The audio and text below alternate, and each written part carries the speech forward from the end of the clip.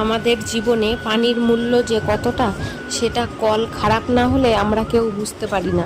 Hello everyone, শুভ দুপুর বন্ধুরা, কেমন আছো তোমরা সবাই? আশা করি ভালো আছো। সকাল থেকেই আজকে কোনো কাজবাজ হয়নি, কারণ কলটা সকালবেলাতেই খারাপ হয়ে গেছে। ওই জন্য আমরা ভাড়াটিয়া যে কজন আছি কারোরই কোনো কাজবাজ হয়নি।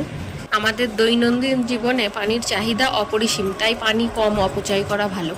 প্রত্যেকটা কাজেই পানি ব্যবহার হয়, পানি না হলে তো কোনো কাজই তো কমপ্লিট হয় না। সেই জন্য কলটাকে আগে সারাই করতে হবে, না হলে আমাদের আর কোনো কাজই করতে পারছি না।